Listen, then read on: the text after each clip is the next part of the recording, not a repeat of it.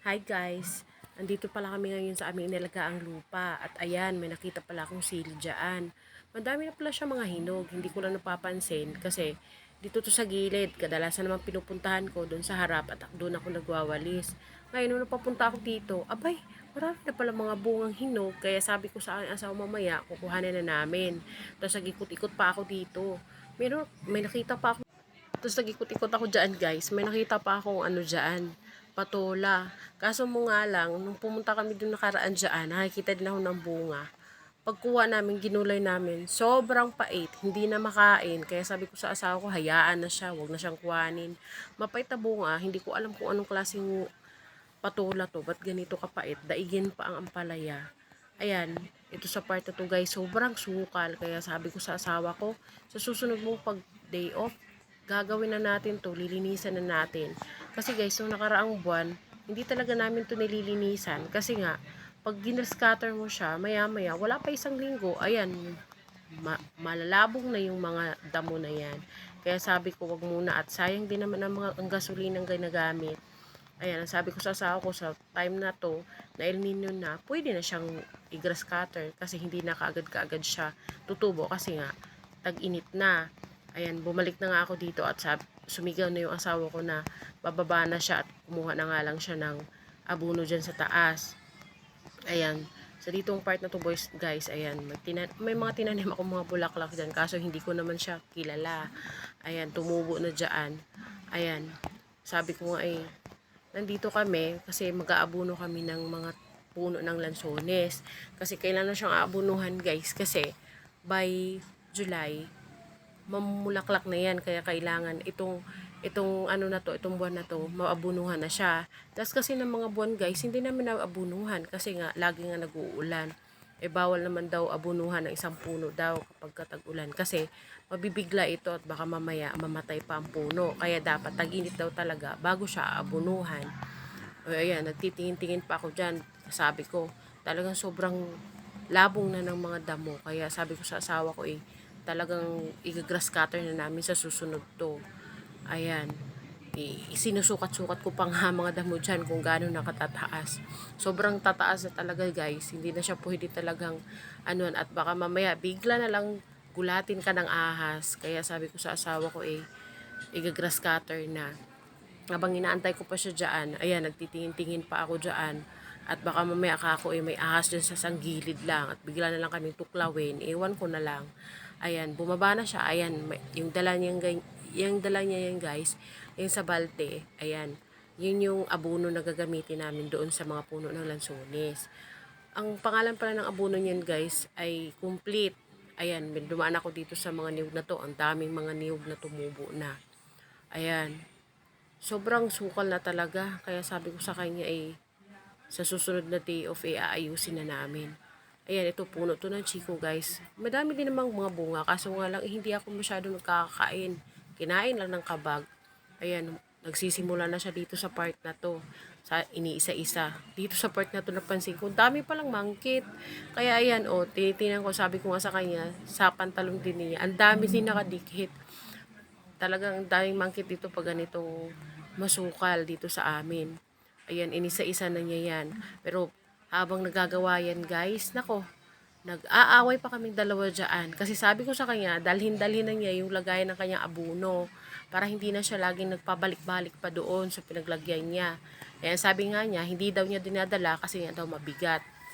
Kaya sabi ko, bahala ka. O yan, dito na.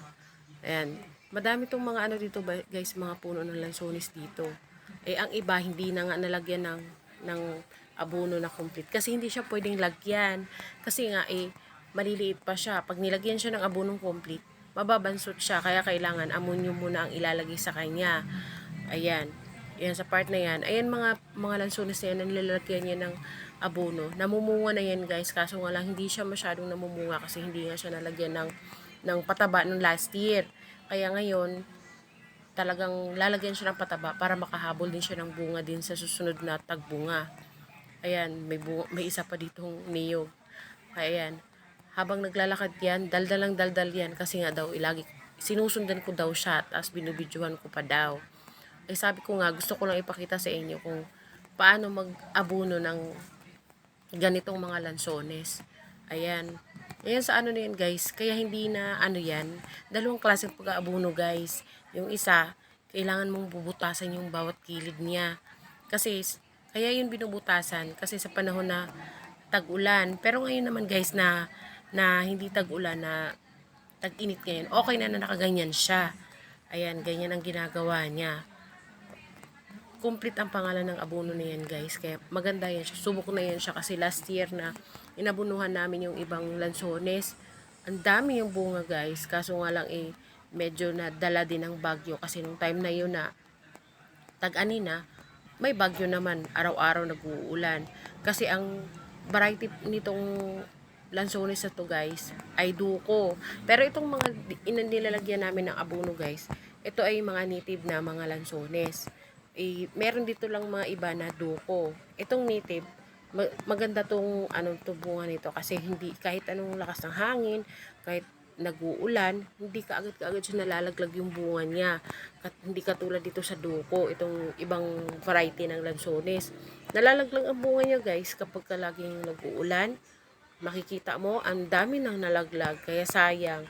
Kaya dapat kapag medyo may green-green pa pala siya, kailangan tatanggalin na siya, pipitasin na. Kaso nga lang, pag ganun namang ano niya, ganun namang pagkahinog niya na alanganin, masyadong mababa ang pagkakuha ng mga ngalakal kasi hindi pa masyadong hinog. Hindi katulad nitong native, ayan, yung mga dinidiligan niya yan, native yan. Kasi sayang din ang kanyang bunga din sa tong taon na to. Kaya hinabol namin na magkakaroon siya ng abono. Ayan. Pagka guys sa ganitong sitwasyon na itong buwan na to, kailangan talaga siyang maabunuhan kasi habol ito sa kanyang pagbunga by July. Kasi ang simula ng pamulaklak ng Lusones ay July. Kaya dapat maabunuhan na siya. Yung iba dyan, hindi namin naabunuhan kasi nga maliliit, hindi pwede daw. Ayan, sa time na yan, ayan, daldal na siya ng daldal dyan. Kasi nga daw, binibidyohan ko daw siya ng binibidyohan. Ako na may tawa ng tawa at lagi ko siyang inaasar. Sinusundan ko pa ng sinusundan, bahala ka dyan. Ayan, ang sabi ko sa kanya, ano naman, ako yung videographer mo, sabi ko sa kanya. Ayan, ayan din guys yung puno na yan, native din yan, native din na puno yan. Kaya, pero, kung papipiliin nga, tinanong ko dati kung mas mahal, kung saan ang mas mahal, native ba o yung duko na variety. Aba, nagulat ako, native pala ang mas mahal. Ang akala ko yung duko na variety kasi malalaki siya, tapos matamis.